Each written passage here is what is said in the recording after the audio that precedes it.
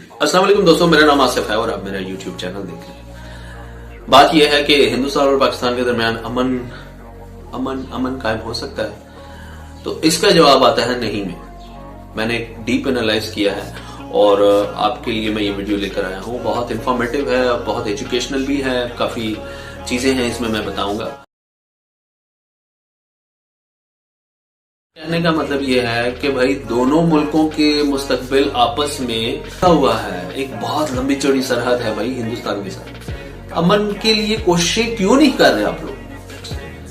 मेरी अपनी कुछ फाइंडिंग्स हैं, मैं यहां पर शेयर करना चाह रहा हूं। सबसे पहली बात यह है कि हिंदुस्तान ने एफर्ट ही नहीं की अमन के लिए, नहीं की एफर्ट। वो सिर्फ दबाता है।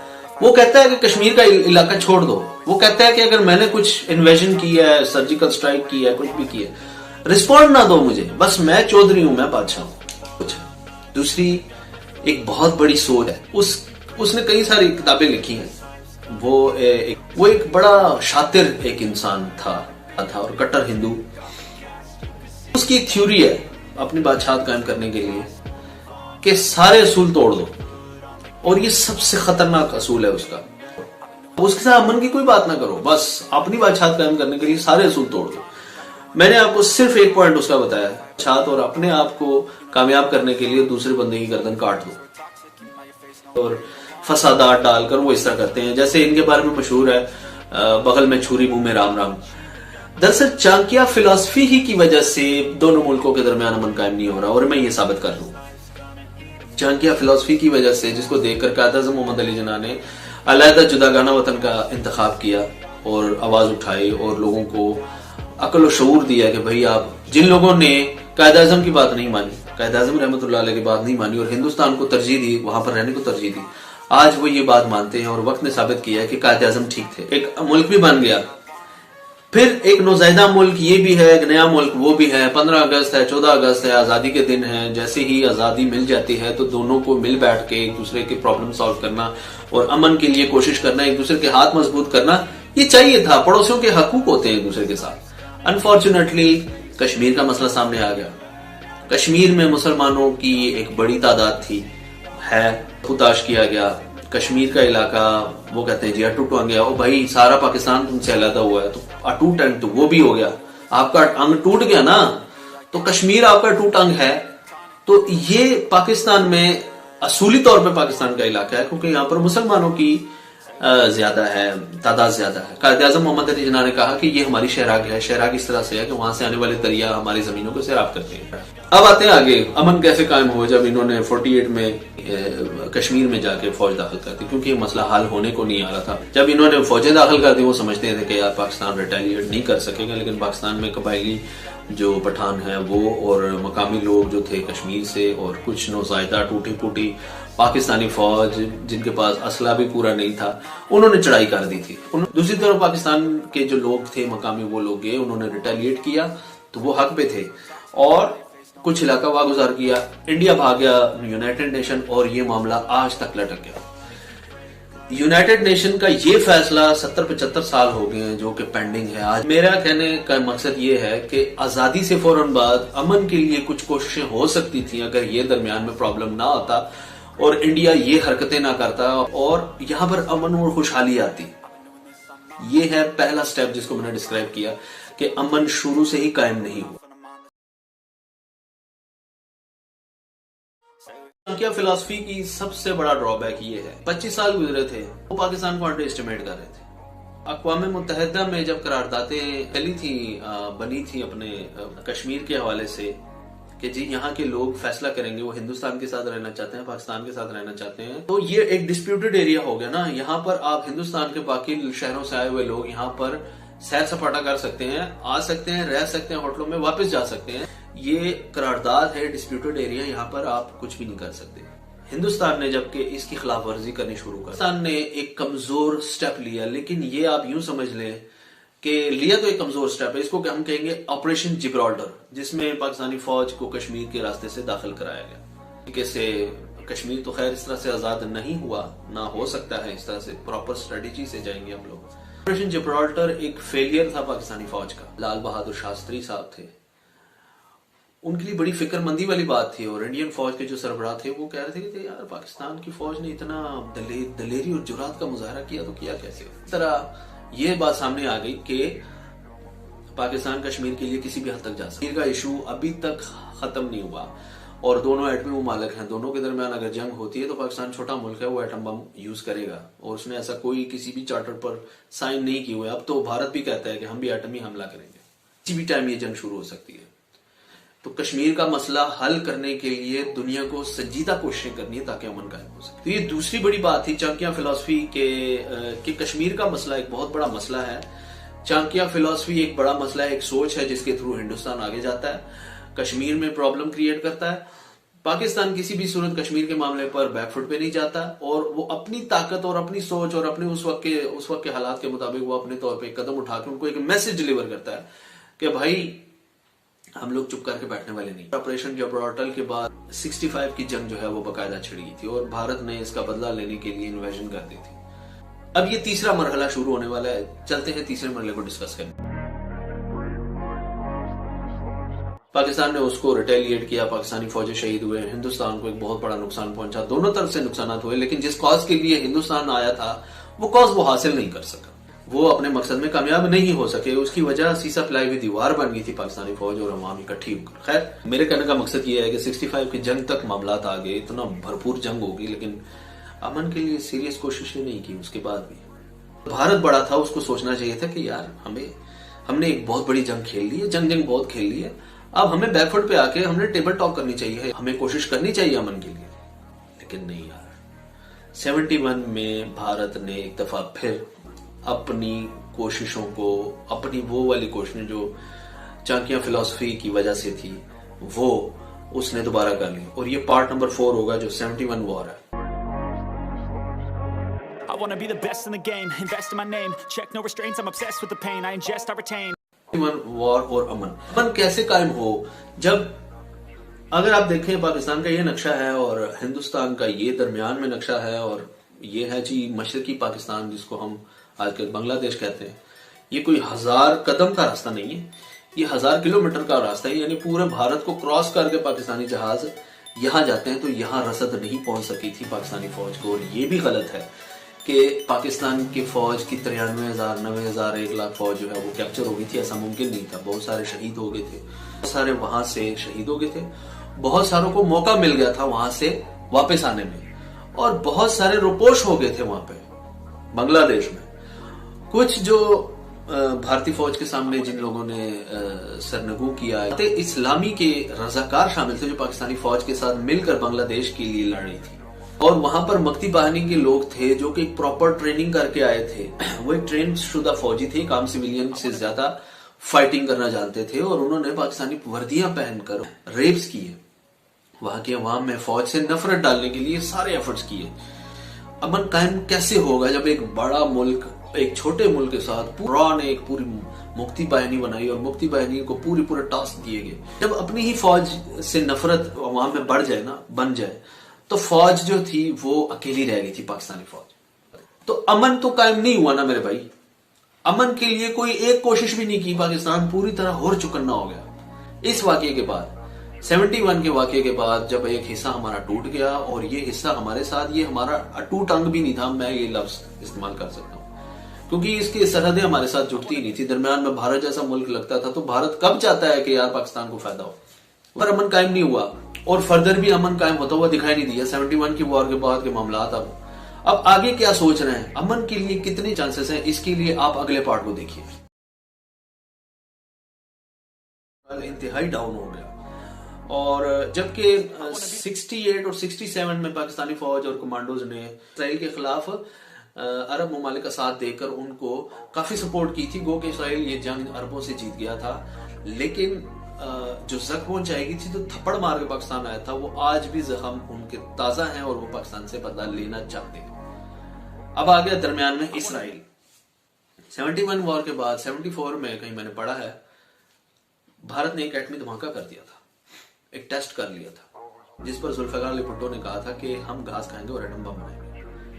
अब होना तो ये चाहिए था कि 71 वॉर के बाद भी दोनों ममालिक बैठते कि यार हमने एक दूसरे का बहुत नुकसान कर लिया, अब बैठ के हम बात करते हैं हम अमन की कोशिश करते हैं, हम ये एटम बम ये वो सारी ये 71 वॉर के महज 3 साल के बाद या 4 साल के बाद एटमी धमाका करना और अपने अजायम जाहिर करना, पाकिस्तान अमन की खातिर जाते जाते वापस रिटर्न हो जाता है। नहीं हो सकता अमन यार, जब आप बार बार ऐसी हरकतें करेंगे तो अमन कहां से कायम हो। लिहाजा पाकिस्तान ने वहां पर कहा कि जी हम घास खाएंगे और एटम बम बनाएंगे, और जिसके लिए फिर उन्होंने अपनी कोशिशें और काविशें तेज कर दी। किस मकसद के लिए? एटमी ताकत बनने के लिए। Invest in the game, invest in my name. Check no restraints, I'm obsessed with the pain. I ingest, I retain, assess and I change. Possessed by the thought I'll be free one day from society's restraints. जब Israel दरमियान में आ गया तो समझ ले कि दो के दरमियान शैतान दरमियान में आ गया। अब दो ममालिक है जिनकी बहुत बड़ी सरहद आपस में मिलती है, इनको कोशिश करनी चाहिए कि यार अमन की तरफ आए, लेकिन इसराइल दरमियान में कूद पड़ा। इसराइल किसी सूरत पाकिस्तान के साथ खड़ा नहीं है। वो ये कहता है कि मुझे तस्लीम करो, लेकिन अंदर ही अंदर वो एक शैतानी कुव्वत है। ये इसराइल खुद बादशाह चाहता है, पूरी दुनिया पर कंट्रोल चाहता है। वो मदीने तक का जो इलाका है वो कैप्चर करना चाहता है, वहां तक वो अपनी रूल कायम करना चाहता है। वो कैसे पाकिस्तान के लिए अच्छा सोच सकता है? जब दुनिया में अगर कोई मुल्क है जो इसके मुंह पे थप्पड़ मार सकता है तो वो पाकिस्तान है। तुर्की भी है, लेकिन पाकिस्तान ने मैदान में जाके मारा था इनको। वो अपने जख्म सहलाता हुआ शायद मामलात पहले ही भारत के साथ इनके ठीक हो, लेकिन इस वाकये के बाद वो कहते हैं ना, दुश्मन का जो दुश्मन होता है वो दोस्त होता है। तो इस तरह से फिजिकली भारत पाकिस्तान के करीब है, इसराइल दूर है। तो इसराइल भारत में आकर प्लानिंग करता है और पाकिस्तान को नुकसान पहुंचाने की कोशिश करता है। इसमें भारत कई दफा कुछ जगहों पर कामयाब भी हुआ, लेकिन ज्यादातर जो नुकसान उठाया है इनडायरेक्टली वो भारत से ज्यादा इसराइल ने उठाया, क्योंकि आलमी सतह पर वो यही साबित करता है कि वो नाकाबिले तस्खीर है, लेकिन वो नाकाबिले तस्खीर नहीं है। पाकिस्तान ने जाके थप्पड़ मार के आया था उसको 67-68 की वॉर में। खैर, जब दरमियान में इसराइल आ गया तो फिर तो अमन मजीद 100 किलोमीटर दूर चला गया। अमन तो अब कायम होने को आ ही नहीं रहा ना, वो तो अब इसराइल आ गया ना, अब तो प्रॉब्लम आ गई। इधर अखंड भारत का नारा लगाने वाले, अटूट अंग का नारा लगाने वाले, वहां ग्रेटर इसराइल का नारा लगाने वाले, पाकिस्तान किस किस के साथ लड़े यार? किस किस को जाके जवाब दे?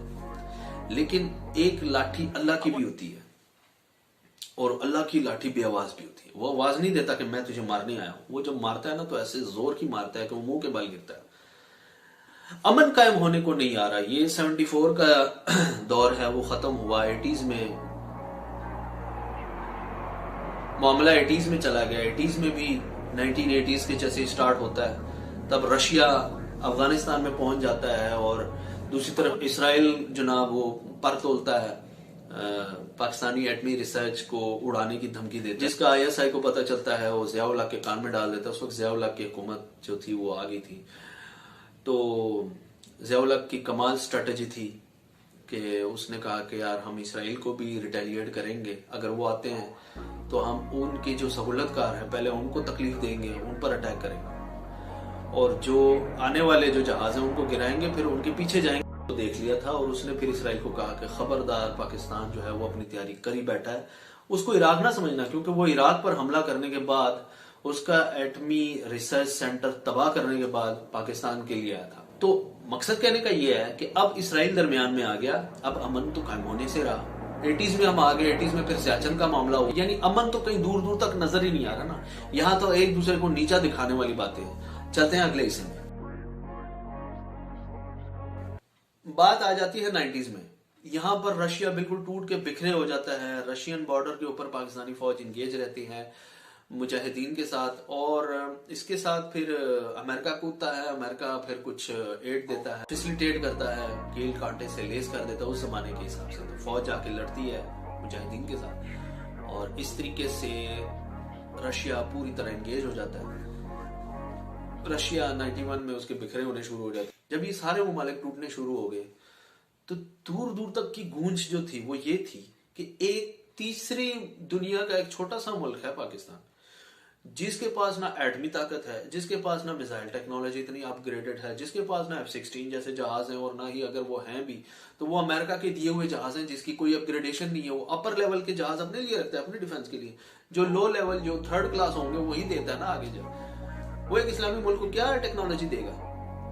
तो दुनिया को एक मैसेज गया है कि यार पाकिस्तान ने एक छोटे से मुल्क ने एक रशिया को, अगर इसके पास कील कांटे या थोड़ा बहुत इनके पास अगर थोड़ा बहुत असला जमा हो गया अच्छा लेवल का, अपग्रेड लेवल का, तो ये तो पूरी दुनिया पे कर सकते। अमेरिका को ये बात चुभी है कि यार हमने रशिया की सुपर पावर को तो डबो दिया, रशिया का सूरज डूब गया 92 में, लेकिन अब उभरता सूरज जो अमेरिका था वो पाकिस्तान को और पाकिस्तान में रहने वाले इन मुजाहिदीन को अपना दुश्मन नंबर 1 समझ रहा था। उसने कई जावियों से पाकिस्तान को डॉच करना शुरू कर दिया। अच्छा, 92 में क्या हुआ कि भारत में बाबरी मस्जिद को, जो तारीखी मस्जिद है, उसको शहीद करके राम मंदिर बनाने के लिए हिंदू इकट्ठे हुए और बाबरी मस्जिद पर चढ़ाई कर दी, उनको तोड़ने लगे। पाकिस्तान सरापा एहतजाज बना, एक दफा फिर बॉर्डर क्लैश भी शुरू हुए और आलमी सतह पर भी एक एफर्ट्स शुरू हो गई, पाकिस्तान ने अपनी कोशिशें की, लेकिन अमन हो के नहीं रहा। बॉर्डर पे भी क्लैशेस हैं, वही मामलात हैं, आगे आ रहे हैं। इस दौरान एक और काम हुआ हमने अमन की बात की है, अमन भी वैसे ही नहीं हो रहा। इसराइल जो है वो भी जनाब भारत के साथ मिलकर रेशा दीवानियां कर रहा होता है, फसाद डाल रहा होता है। इससे आगे की बात ये हुई कि इस जमाने में कुछ F-16 का कुछ जहाज थे जो कि हमने, जिसकी पेमेंट भी की थी पाकिस्तान ने, और अब वो उनको डिलीवर हो जाना चाहिए था अमेरिका की तरफ से। अमेरिका ने ले तो ले से काम लेना शुरू कर। पाकिस्तान को पहली दफा ये एहसास हुआ कि यार यहूदो नसारा वाकई किसी के दोस्त नहीं, मुसलमानों के तो कभी भी दोस्त नहीं। तब पाकिस्तान ने अपनी नीड को मद्देनजर रखते हैं ना, जरूरत इजाद की माँ है, तो JF-17 थंडर चाइना के साथ मिलकर बनाया। इसकी जरूरत थी और JF-17 किसी सूरत भी F-16 के मुकाबले उससे कमतर नहीं है, उससे बदतर नहीं होगा तो कमतर भी नहीं है, मुकाबला करता है उसके साथ। और ये इसने साबित किया अभी जो डॉग फाइट हुई है भारत के साथ, ये जो 1-2 साल पहले जो हुई है। ठीक है, अब हम आगे आते हैं। अमन तो कायम होके नहीं रहा। 98 में फिर जनाब प्रॉब्लम दे दी, भारत ने जाकर एटमी धमाके कर दिए। अब उसके एटमी धमाकों का कुछ तो फायदा हो यार, पाकिस्तान कहीं तो जाके यार अपना सर झुका दे। पाकिस्तान सर नहीं झुका रहा भाई। पाकिस्तान सर क्यों झुकाएगा यार, वो खुद मुख्तार मुल्क है यार। वो ठीक है, तू यार बड़ा मुल्क है, तेरे पास पैसा ज्यादा है, तेरे पास आर्मी ताकतें तुम्हारी साइड ज्यादा ले रही है, अच्छी बात है यार। डिसरिस्पेक्ट नहीं करना चाहता, सॉरी, वो बेंड डाउन नहीं होना चाहता, वो इसकी ज्यादादारी मान ही नहीं रहा था। 98 में इसने धमाके किए। अब 99 में, अब मैं आपको बताता हूँ, वो ऑपरेशन सियाचिन के ऊपर जो हमारा क्लैश हुआ था इंडिया के साथ, वो इलाका जो उन्होंने हमारी जो चौकियों पर कब्जा कर लिया था, जो भरपूर कोशिश करने के बावजूद, अपनी जाने गंवाने के बावजूद भी फौज उसको ले नहीं सकी थी।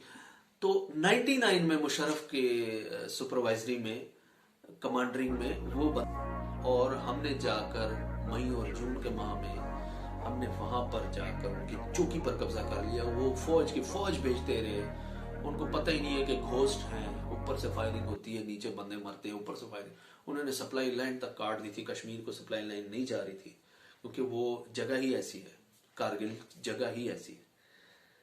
तो कारगिल वॉर में पाकिस्तान ने इनकी गर्दन से इनको पकड़ा था। ना मानने वाले ना माने, लेकिन सच ये है, इनकी जो एक सहाफी है बरखा दत्त, उनकी किताब है, बरखा दत्त ने अपनी किताब में मेंशन किया है कि पाकिस्तानी फौज ने कारगिल में उनको उनकी गर्दन से पकड़ा था, क्योंकि वो ग्राउंड रियलिटीज जानती थी, उन्होंने वहां सर्वे किया था। तो ना मानने से, अगर उनकी मीडिया है वो तो झूठ पर चलने वाली मीडिया है, जिसने नहीं मानना होता वो, लेकिन सच हमेशा सच रहता है, झूठ नहीं। यार आप एक एटमी ताकत हैं, 98 में बन गए हैं और 99 में पाकिस्तान आप पर चढ़ाई कर रहा है, तो आपके एटमी ताकत बनने से पाकिस्तान तो दबा नहीं। अमन की तरफ अभी भी कोशिशें नहीं जा रही, नहीं, वही चाणक्य फिलॉसफी वाले वो जनाब बीजेपी के अटल बिहारी वाजपेयी आते हैं और वो एटमी धमाके करके सबसे पहले पाकिस्तान को कहते हैं भाई हम लाहौर ले लेंगे, कसूर ले लेंगे, सियालकोट ले लेंगे। और भाई आप अमन की बात क्यों नहीं करते? पाकिस्तान तो नहीं कहता कि हम दिल्ली ले लेंगे, हम ये ले लेंगे, हम मुंबई ले लेंगे, हम आगरा ले लेंगे। पाकिस्तान तो नहीं कह रहा ऐसा है, आप कहते हैं। तो ताकत का जो तवाजुन है वो बुरी तरह हमेशा बिगाड़ कर रखता है भारत, ये तो साबित शुदा है, इसमें कोई दो राय नहीं है। 98 में एटमी धमाके करने के बाद जवाब में पाकिस्तान ने भी एटमी धमाके कर दिए। और अब हम चलते हैं अगले सेशन की तरफ। तो दोस्तों मामला जब यहां तक पहुंचा, दोनों मुमालिक एटमी ताकतें बन गई हैं, अब तो अमन हो जाना चाहिए यार। किसी हद तक भारत ठंडा हो गया था कुछ सालों के लिए, कुछ अरसे के लिए, लेकिन फिर उसने क्या किया कि 9/11 आ गया। अमेरिका ने एक ग्रेट गेम खेली और अमेरिका एक सुपर पावर है, CIA है, पूरी दुनिया में उनके दंदनाते फिरते हैं, सब कुछ है, उस जमाने की बात कर रहा हूँ। लेकिन यार अमेरिका के अंदर जहाज अगवा किए जाते हैं, हाईजैक करके, और वर्ल्ड ट्रेड सेंटर का इंतखाब करके वहां जहाज टकरा देना और एक खुदकश हमला करना, ये समझ से बाहर है। पूरी दुनिया ये जानती है कि ये एक ड्रामा था, हमला करने के लिए एक जवाब बनाना था और अपनी इस ग्रैंड अलायंस ये एक टेस्ट केस करना था कि यार अगर हम इस तरह अगर हम एक ड्रामा क्रिएट करें और हम बताएं कि जी हम पर हमला हुआ है तो हम आखिरी हद तक जाएंगे, तो कौन कौन से इलाके, कौन कौन से ममालिक हैं जो हमारे हाँ में हाँ मिलेंगे। सारा यूरोप तैयार हो गया, इंक्लूडिंग तुर्की तैयार हो गया। का सन शुरू होता है तो पार्लियामेंट पर भी हमला किया जाता है। ये बहुत ज्यादा मरूब है, हिंदुस्तानी बॉलीवुड जो है वो हॉलीवुड से बड़ा मरूब है। वो जो बनाते हैं ना बहुत सारी मूवीज उनकी कॉपी करके बनाते हैं। कॉपी करना एक मूवी और इस तरह गाने कॉपी करना वो एक छोटा मामला है, इस पर ले दे हो सकती है। लेकिन 9/11 का जो किस्सा है, अपने ही मुल्क में खुद से ही हमला करवा कर और इल्जाम किसी पर लगाकर आप उस पर चढ़ाई कर देना, इसको भारत ने कॉपी किया, पार्लियामेंट पर हमला करवाया और फिर कुछ सालों से वो यही काम कर रहा है। कश्मीर में कभी अपने फौजियों पर हमला करवा के 45-40 को मुर्ताद कर देता है और इल्जाम पाकिस्तान पे लगाता है, ISI पे लगा देता है और फिर वो सब्जिकल और सर्जिकल स्ट्राइक और पता नहीं क्या क्या करता रहा। इन 20 सालों में अगर मैं बात करूं, इन 20 सालों में उसको ये अकल नहीं आई। मुल्क है, उसने गौरी मिसाइल बना दिया, 1 मिला दिया, शाहीन मिसाइल बना दिया, 2 बना दिया, शाहीन 2 बना दिया। तो जिसको ये नहीं समझ आई कि यार पाकिस्तान अपनी सलामती से गाफिल नहीं है, वो ये मिसाइल क्यों बना रहा है, वो आप लोगों को देकर बना रहा है। वो मुल्क इतने लेवल तक जा रहा है तो अब हमें अमन का रास्ता, अपने अमन का हाथ पकड़ना चाहिए। एक दहशतगर्दी का शिकार मुल्क 20 साल तक लड़ता रहा, जिसमें खुद इंडिया भी इन्वॉल्व रहा और उनके बंदे भी पकड़े गए। अभी लंदन कैप्चर हुआ और इसको पीस जेस्चर के तौर पे वापस किया गया, तो यही तो पीस है जिसके लिए पाकिस्तान कोशिश कर रहा है। इंडिया को कोशिश करनी चाहिए इस तरह की पीस की, लेकिन चाकिया फिलॉसफी दरमियान ये जो आखिरी 20 साल है इसको मैंने शॉर्ट बताया। गुरु नानक गुरुद्वारा जो बॉर्डर का एरिया खोला गया सिखों के लिए कि वो आए और अपने जो है जो इबादत है उनकी, जो उनके रिलीजन से रिलेटेड जो भी विशेष है वो यहाँ आकर पूरी हो। पिछले 70-75 साल में ये बॉर्डर था और सिख यात्री आ नहीं सकते थे, अगर आते भी थे तो बड़ी मुश्किल होती थी। बॉर्डर पर इनके लिए आसानी कर दी, पूरी दुनिया के जो सिख हैं वो इकट्ठे हो गए। अब इस चीज को भी वो साजिश समझ रहा है, तो ये उनकी अपनी सोच है, वो चाणक्य फिलॉसफी को ही फॉलोवर है। लेकिन मेरे ख्याल से इमरान खान ने हरा हाथ बढ़ाया। जैसे ही इमरान खान इक़्तिदार में आते हैं, उन्होंने मोदी को फोन किया, उन्होंने सबसे पहले मोदी के साथ हाथ मिलाने और अपने मामला बेहतर करने की कोशिश की, लेकिन मोदी ने उसका फोन नहीं उठाया। तो आउटपुट यही है कि वो लोग, इसराइल है दरमियान में, तो वो इसराइल की मानेंगे भैया, वो आपकी किधर मानेंगे। दूसरी वो चाणक्य फिलॉसफी को फॉलो करते हैं, मैं बार बार कह रहा हूँ, वो वाकई चाणक्य फिलॉसफी को फॉलो करते हैं। इस एक दीवार है, चाणक्य एक बहुत बड़ी दीवार है